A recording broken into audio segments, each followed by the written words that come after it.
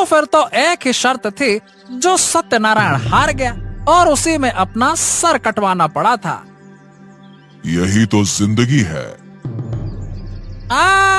यही जिंदगी है।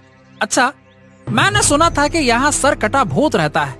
अरे भाई, मुझे तो कहीं नहीं दिखा, और तुमने तो बोला था कि तुम मुझे वो भूत दिखाओगे। दिखाओ भला। तुम डर जाओगे। मैं डर जाऊंगा? अरे मैं किसी चीज से नहीं डरता वरता। यह सब केवल फालतू की बकवास बातें हैं। कोई भूत वूत नहीं होता। ऐसा क्या? चलो लग जाए शर्त। तुम भी सत्यनारायण की तरह शर्त लगाने लगे। ठीक है, चलो लगी शर्त। ठीक है, तो मेरी तरफ से मैं लगाता हूँ मेरा सर। हाँ तो ठीक है ना, मेरी तरफ से लगाता हूँ मैं भी मेरा सर। चलो हो जाए मुकाबला। जैसे ही उन्हें सिर कटा आदमी दिखता है वो डर जाता है और वो वहाँ से भागने लगता है। जो डर गया वो शर्त हार गया।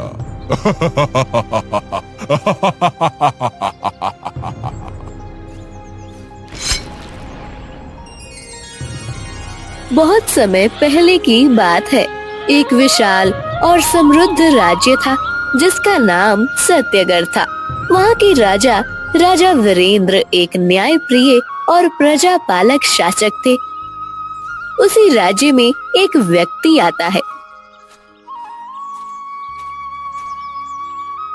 क्यों भैया, क्या तुम मेरे साथ एक शर्त लगाना चाहोगे? बोलो बोलो बोलो बोलो। शर्त? कैसी शर्त?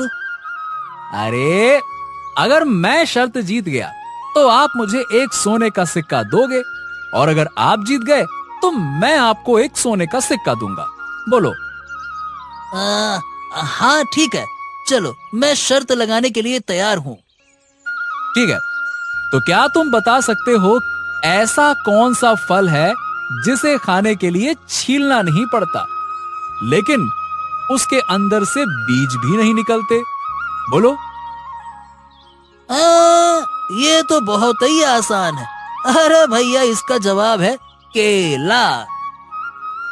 वाह वाह वाह वाह वाह वाह वाह वाह, क्या बात है, बिल्कुल सही जवाब। ये लो, ये तुम्हारा जीता हुआ सोने का सिक्का।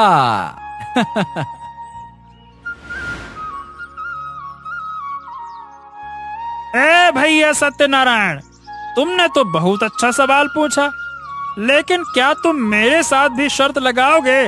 बोलो। हाँ हाँ हाँ, क्यों नहीं।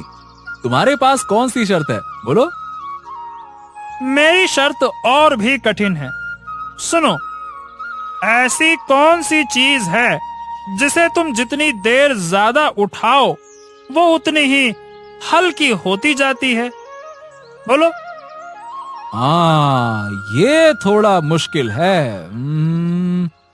शायद इसका जवाब धुआं है, क्योंकि जब तुम धुआं उठाते हो तो वो धीरे धीरे हल्का होता जाता है और फिर उड़ जाता है। हाँ, तुम्हारा जवाब बिल्कुल सही है। तुम शर्त जीत गए। ये लो शर्त का जीता हुआ सिक्का। फिर सत्यनारायण वहाँ से चले जाते हैं। राजकुमारी अपने कक्ष में बैठी है।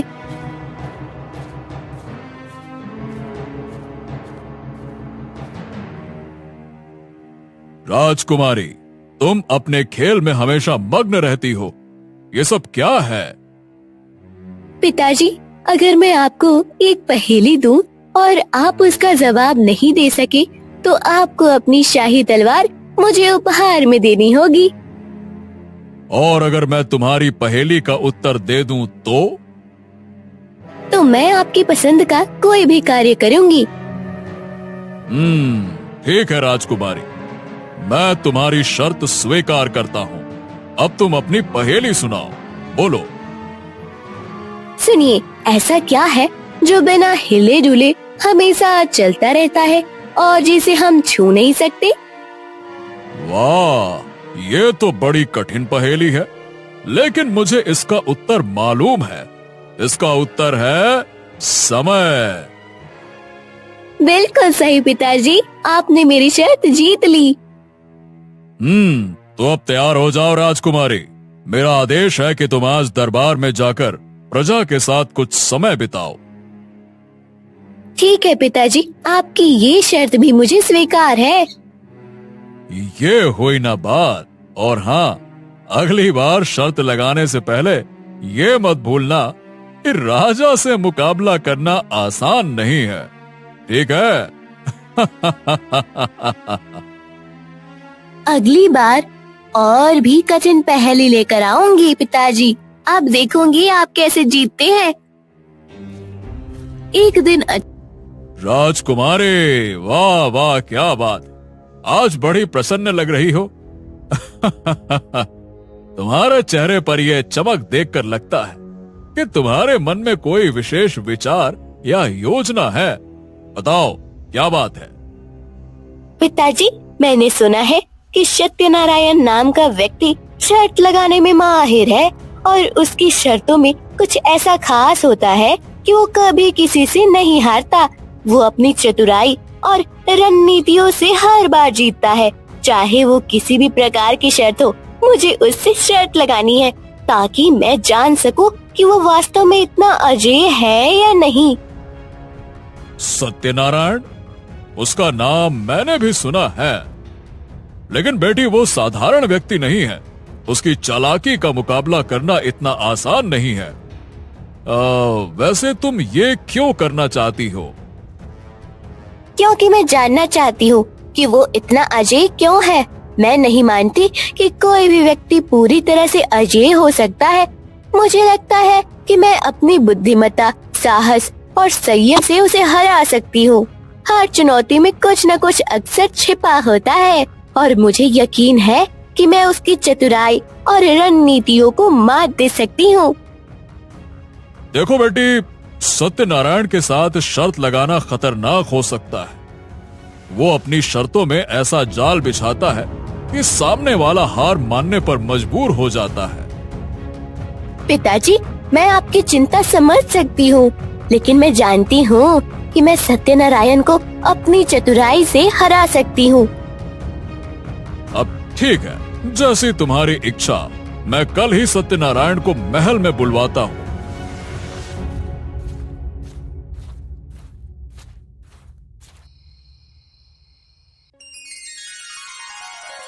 अगले दिन सत्यनारायण महल में आते हैं। उनका चेहरा शांत और आत्मविश्वास से भरा हुआ है। आइए आइए आइए सत्यनारायण, मैंने आपके बारे में बहुत सुना है। चलिए आज देखते हैं कि वो बातों में कितनी सच्चाई है। धन्यवाद महाराज, धन्यवाद। मैं जानता हूँ कि यहाँ के लोग मुझसे बहुत उम्मीद रखते हैं और मैं उनकी उम्मीदों पर खरा उतरने की पूरी कोशिश करूंगा। सैनिकों, जल्दी से राजकुमारी को बुला कर ले आओ। सैनिक तुरंत राजकुमारी के कक्ष की ओर जाते हैं।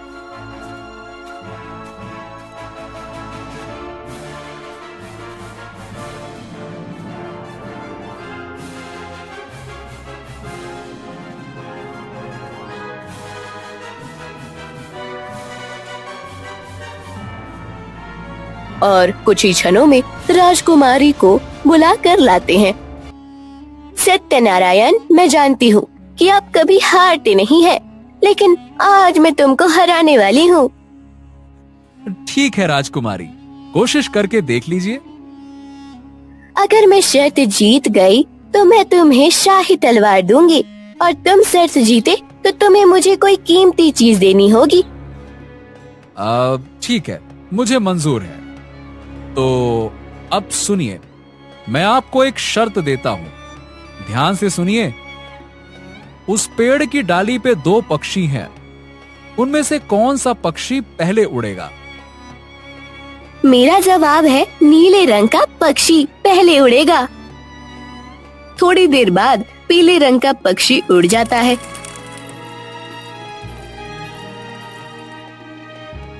देखा राजकुमारी, मुझे हराना इतना भी आसान नहीं है। फिर राजकुमारी अपनी शाही तलवार सत्यनारायण को दे देती है।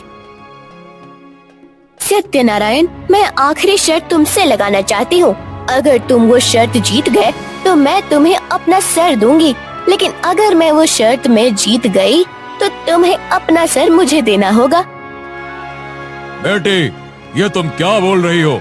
हमें पता ही है कि सत्यनारायण कभी शर्त नहीं हारता।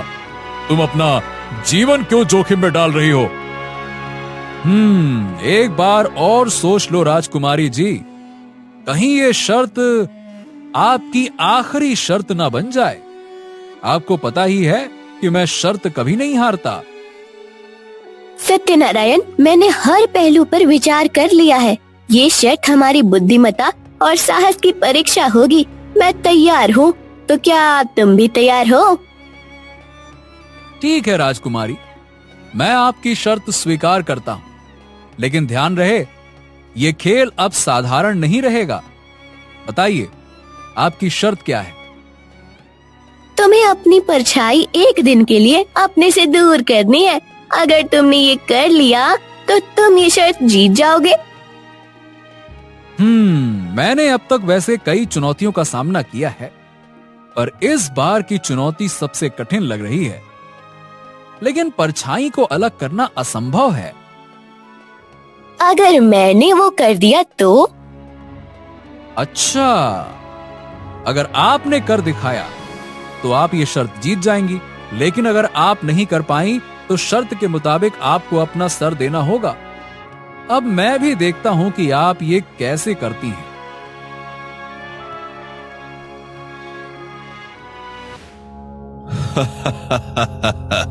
क्या नायब शेर का बच्चा है ये? अगर इसका शिकार कर लिया तो इसकी खाल और नाखून बड़ी कीमत में बिकेंगे, और हाँ, मेरा बदला भी पूरा हो जाएगा। अरे देखो तो सही, इसका बाप तड़प रहा है अपने बच्चे को बचाने के लिए, लेकिन बेबस है।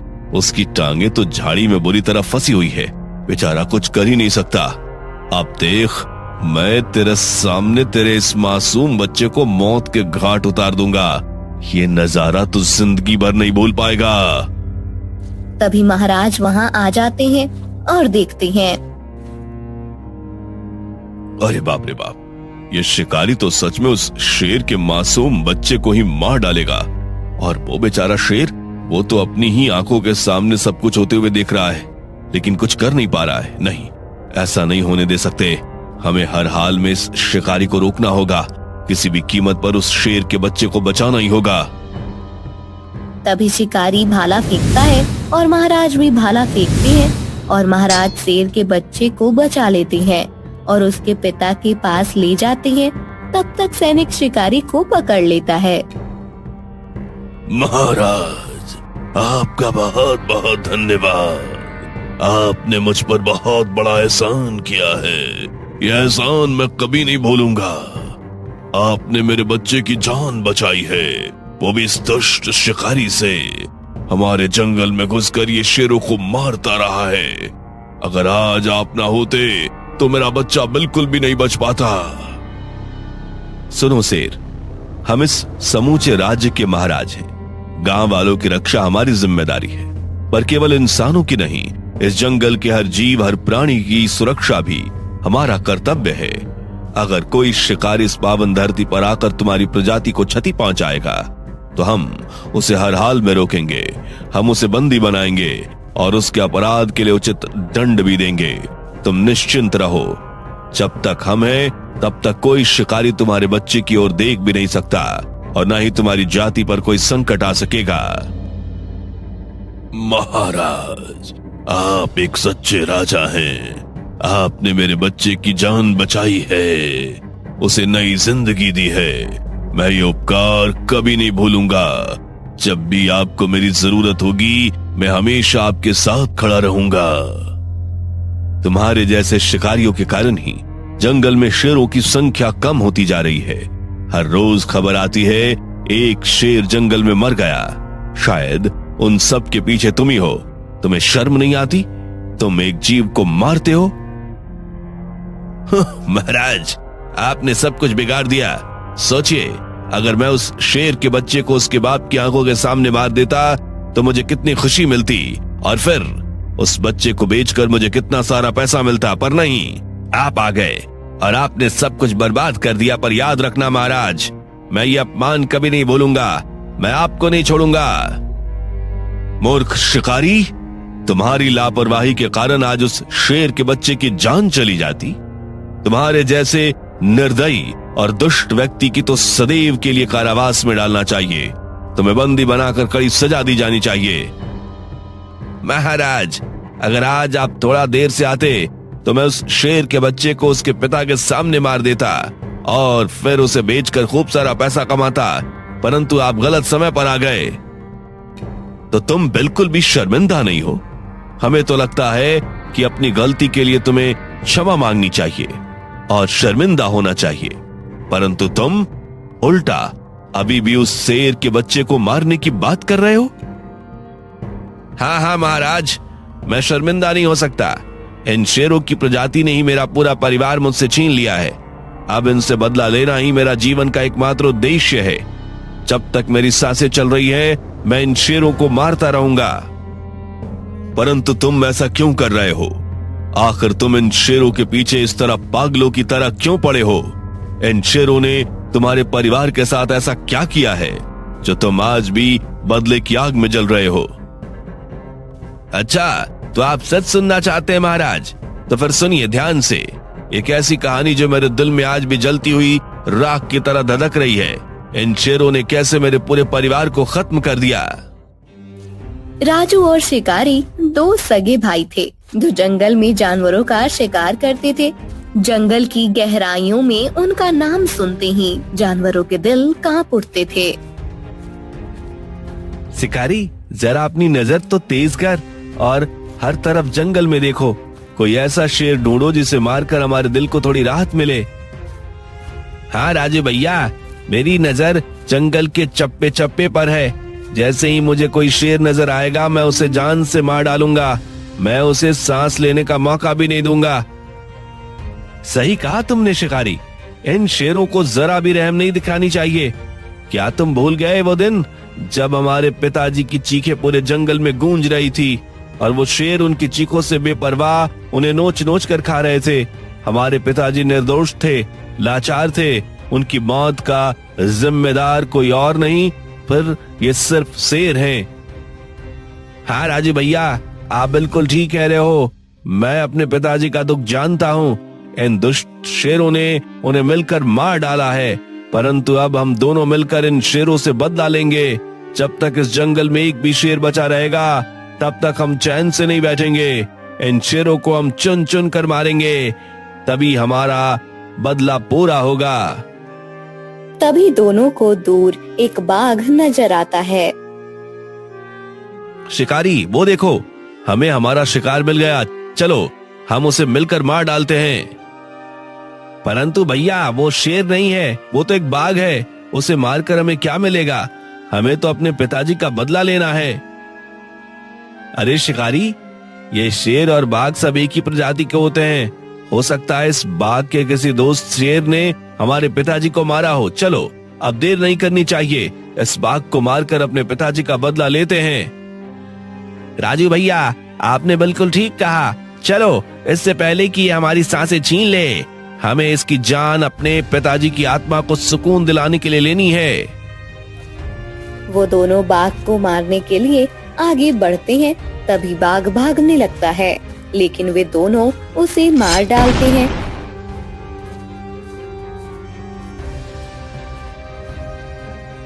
शिकारी देखो, हमने इस बाघ को मार डाला।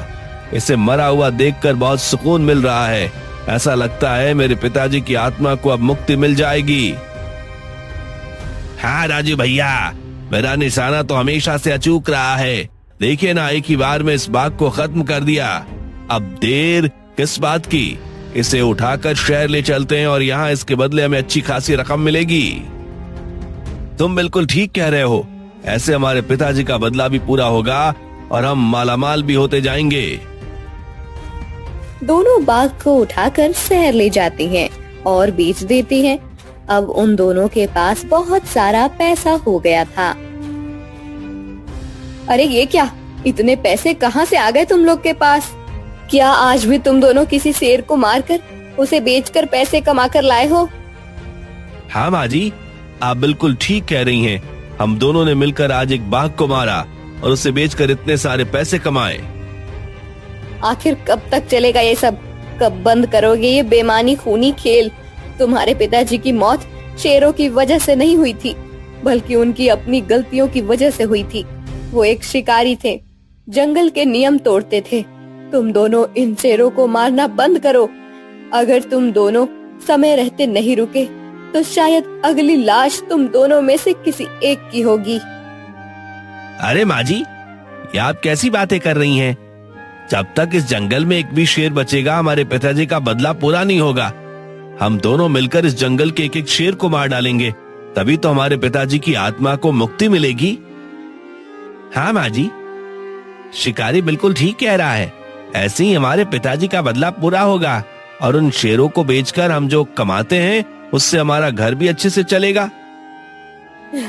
तुम्हें समझ नहीं आता, पर एक दिन समझ आ जाएगा, जब शेरों की दहाड़ तुम्हारी सांसों से टकराएगी और तुम्हारा अंजाम भी वही होगा जो तुम्हारे पिता का हुआ था। हमें कुछ नहीं होगा माँ जी, आपकी दुआएं हमारे साथ हैं और जब तक ये सांसें चल रही है हम हार नहीं मानेंगे। इसी तरह कुछ दिन बाद शिकारी बीमार हो जाता है। बेटा, आज तू बहुत बीमार लग रहा है। तेरे चेहरे की रंगत बता रही है कि तू ठीक नहीं है। आज तू जंगल नहीं जाएगा, तू आराम करेगा, यही मेरे सामने रहेगा। जब तक मैं सांस ले रही हूँ तुझे कहीं नहीं जाने दूंगी। हाँ शिकारी, माँ जी बिल्कुल ठीक कह रही हैं। तुम्हारी तबीयत आज बहुत खराब है। आज तुम घर में आराम करो, मैं हूं ना, मैं अकेले जाकर ही शेरों को मारकर अपने पिताजी का बदला लूंगा और उन्हें बेचकर अच्छे पैसे भी कमाऊंगा। तुम आज घर पर ही आराम करो। नहीं भैया, आप अकेले क्यों जाएंगे? वो शेर आप पर हमला कर सकते हैं। मैं आपके साथ ही चलूंगा, मेरी तबीयत बिल्कुल ठीक है। शिकारी, मैंने कहा ना, तुम कहीं नहीं जाओगे, तुम घर पर ही आराम करो। मैं जंगल जा रहा हूँ, आज का सारा काम मैं अकेले ही करूँगा। राजा उस दिन अकेले ही जंगल चला गया, परंतु उस दिन राजू की किस्मत खराब थी। एक खूनी शेर ने राजू पर हमला कर दिया और उसे मार डाला और उसके कुछ दिनों बाद ही मेरी माँ भी मेरे भाई के गम में चल बसी और इसी तरह उन शेरों ने मिलकर मेरे पूरे परिवार को नष्ट कर दिया। तुम तो एक निर्दयी शिकारी हो। अपने पिता की मौत का बदला लेने के जुनून में तुमने कितने मासूमों की जान ले ली, ना जाने कितने शेरों को बेरहमी से मार डाला। बदले की आग ने तुम्हें अंधा कर दिया है, लेकिन अब बस, अब तुम्हारी आजादी खत्म हो चुकी है। अब तुम जिंदगी भर हमारे कारावास के बंदी रहोगे। मंत्री जी, हमारे कारावास में एक नया बंदी आया है जो बहुत ज्यादा खतरनाक है। ना जाने कितने शेरों को उसने अकेले ही मार डाला। आप उस बंदी को अच्छे से ख्याल रखिएगा, कहीं वो कारावास से भाग न जाए। ठीक है महाराज, आप चिंता न कीजिए, मैं उस बंदी को अच्छे से ख्याल रख के रखूंगा। वह कारावास से कहीं भी भाग नहीं पाएगा। आप चिंता मुक्त हो जाएं। मैं तो कब से ऐसे ही किसी खतरनाक आदमी की तलाश में था जो मेरे साथ मिलकर कुछ बड़ा करे, कुछ ऐसा जिससे महाराज की गद्दी मुझे मिल जाए। अब मैं इस पूरे राज्य का राजा बन जाऊंगा। अब जब ऐसा आदमी खुद हमारे कारावास में बंद है तो मुझे उससे जरूर मिलना चाहिए। सुना है तुम एक खतरनाक शिकारी हो। तुमने ना जाने अकेले ही कितने शेरों को मौत के घाट उतार दिया। तुम तो बहुत बहादुर हो। हाँ, ये सब कुछ मैंने अपने पिताजी का बदला लेने के लिए किया और मैं बदला लेने के लिए कोई भी हद पार कर सकता हूँ। जब तक मेरे पिताजी का बदला पूरा नहीं होगा, मैं ऐसे ही शेरों को मारता रहूंगा। अरे परंतु आज भी तो किसी शेर के बच्चे को मारने वाले थे, तो फिर तुमने उसे क्यों नहीं मारा? महाराज गलत समय पर जंगल में आ गए। महाराज ने अपनी मौत खुद ही बुला ली। इस बार शेर का बच्चा बच गया, लेकिन अगली बार कोई नहीं बचेगा। मैं एक एक शेर को खत्म कर दूंगा, फिर राजकुमार को उनके सामने मारूंगा और आखिर में महाराज को भी खत्म कर दूंगा। तब जाकर मेरा बदला पूरा होगा। अरे वाह, जैसा सुना था तुम तो बिल्कुल वैसे ही खतरनाक हो। अगर हम दोनों साथ मिल जाए तो हम मिलकर बहुत कुछ कर सकते हैं। क्या तुम क्या कहना चाहते हो? मैं तुम्हारी बात नहीं समझा।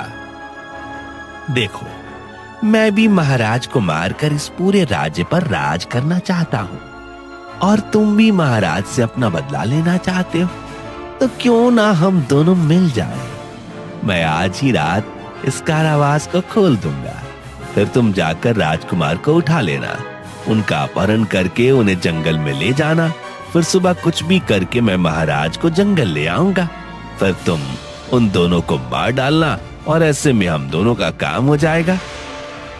अरे वाह, ऐसी बात है तो फिर ठीक है, मैं तुम्हारे साथ हूँ। मुझे छोड़ दो, मैं सुबह तुम्हारा जंगल में इंतजार करूंगा और महाराज के आते ही उनके बच्चे और उन्हें जान से मार डालूंगा। ठीक है मंत्री जी, आप बहुत धन्यवाद आपका। मंत्री अब शिकारी को कारावास से आजाद कर देता है।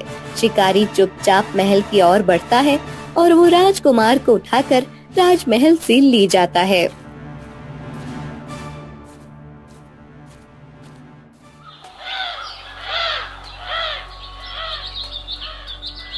अब बस महाराज के आने का इंतजार है। महाराज के आते ही मैं पहले इस बच्चे को मारूंगा, उसके बाद महाराज को भी मार डालूंगा।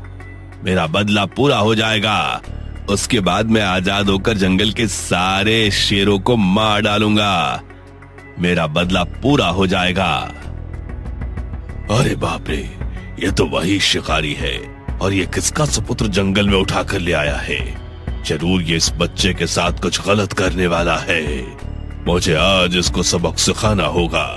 मैं इसे आज जिंदा नहीं छोड़ूंगा। मंत्री जी, आपका ध्यान कहां था? कोई राजमहल में कैसे घुस आया और रात के समय हमारे राजकुमार का अपहरण भी करके ले गया? आप कुछ ना कर सके? महाराज, वो शिकारी, वो जिसे आपने कल बंदी बनाया था, वो बहुत खतरनाक था। उसके कारावास का दरवाजा टूटा हुआ है। वही आपके राजकुमार को राजमहल से ले गया है। क्या वो शिकारी? वो तो बहुत ज्यादा खतरनाक है। हमें अपने राजकुमार को कैसे भी करके ढूंढना होगा, जल्दी ढूंढना होगा। महाराज, मुझे लगता है वो शिकारी जरूर राजकुमार को जंगल लेकर गया होगा। हमें जंगल ही चलना चाहिए। हाँ मंत्री जी, आप बिल्कुल ठीक कह रहे हैं। वो शिकारी हमारे राजकुमार को लेकर जंगल ही गया होगा। हम पहले ही जंगल जाएंगे। इधर शेर जंगल में शिकारी पर हमला कर देता है और उसे मार देता है और उस बच्चे को अपने पास रखे रहता है। उसी समय महाराज वहाँ अपने मंत्री और सैनिकों के साथ आ जाते हैं। शेर, तुम्हारा बहुत बहुत धन्यवाद। तुमने हमारी और हमारे राजकुमार की जान बचाई। हमारा पूरा राज्य आपका आभारी है। महाराज, ये शिकारी और इसका भाई मिलकर ना जाने कितने साथियों को मार चुके हैं हमारे। ये बहुत खतरनाक है। इसका खत्म होना बहुत जरूरी था। ये हमारी पूरी प्रजाति के लिए एक श्राप बन गए थे। ये सब कुछ बदले की भावना की वजह से हुआ। ये बदला लेने के लिए इतना आगे बढ़ गए कि इन्हें कुछ भी नजर नहीं आया। महाराज, ये सब मैंने अकेले नहीं किया। आपका मंत्री भी इसमें शामिल है। उसने ही मुझे कल रात आजाद किया था। वो आपको मारकर इस पूरे राज्य का राजा बनना चाहता है। ये शिकारी तो मरने वाला है, परंतु मरते मरते मुझे फंसा गया। बंदी बना लो इस मंत्री को। इस दुष्ट ने हमारे राजकुमार को मरवाने की कोशिश की है। सैनिक मंत्री को बंदी बना लेते हैं और शिकारी को उसकी सजा मिलती है।